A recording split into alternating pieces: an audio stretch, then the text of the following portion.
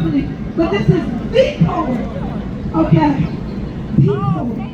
The poet of the century. And when you hear her verses, oh my goodness, just take a deep breath.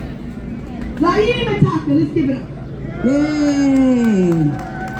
A month ago, the Museum of African American History and Culture contacted and asked me to read for the 100th birthday celebration for Malcolm X on this day at 1 o'clock.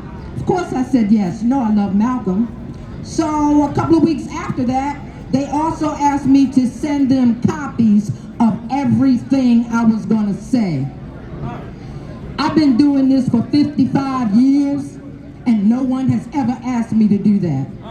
I obliged, and I sent it to them.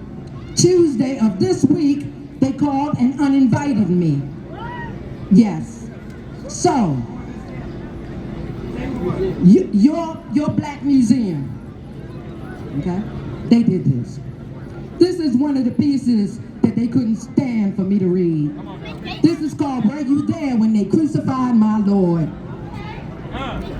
If we round up all the men in the nation and scrutinize them to the nth degree, we still would not find one Malcolm. If we took all the speeches by all the black leaders since 1965, they could not illuminate our reality more than the words left by Malcolm. If we combined all of the post-Garvey fears of white people and laid them down at the feet of the one whose truth terrorized them the most, it would definitely be Malcolm. For Malcolm was our Lord of Liberation. He was the Alpha and the Omega of black manhood, the answer to the mystery of the Sphinx, the uncontested paradigm of metamorphosis, the first pharaoh to unite upper and lower self, the Buddha of ebony consciousness, the Christ of analytical persuasion. Did he walk on water? No, he walked on fire. Did he feed the masses with 7 loaves and 7 fishes? He fed hungry minds with facts and figures. Did he make the lame walk? Oh no, he made the challenged realize their power.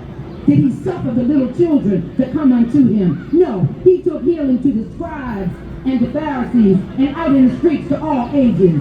He debated with all of racist America and he trapped them in the net of their own lives.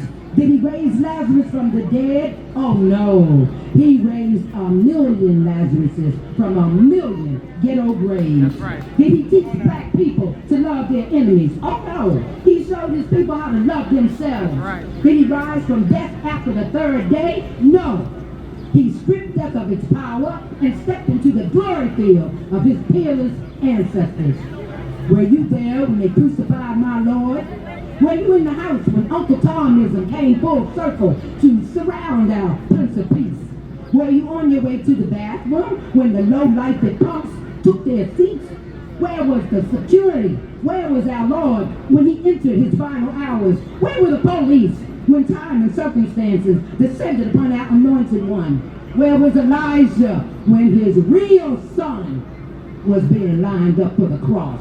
Were you there when they crucified my Lord? Were you behind the stage when destiny lured him out into the open? Were you sitting near his children when fatherless claimed them? Did you smell the fear in his stomach as he pressed forward into infinity? Were his eyes glassy? Were his movements jerky? When he said Assalamu alaikum, did he stutter? When somebody screamed, "Get your hand out of my pocket"? Did you jump? When the steel thunder of shotguns filled the Audubon ballroom, did you hit the floor? Did you run away? Did you run towards him? When his blood burst forth from the various holes, did you go into shock? Did you throw up? Or were you too paralyzed to move when his body went limp and slid to the floor? Where were the CPR trainees? Where was the FOI? Where was the OAAU? Where was Farcon? Where was Shorty? Where were the warriors? Where was New York's finest? Where were the FBI infiltrators? Where was Elijah? Where was justice? Where was Allah? Were you there when they crucified our Lord? When all the poems have been perpetrated? When all the dirges have been sung? The memory of our steel-boned warlord will come to us in our darkest hour and make us try our own selves for his murder. But we are guilty of having been too human to save him. We are guilty of letting his killers live. We are guilty of paying tribute to those who executed him, not by pulling the trigger, but by giving the final order and creating the atmosphere to make it so. We are guilty of allowing America to downplay his legacy. We are guilty of not supporting his wife and his children. We are guilty of not honoring his sister Ella.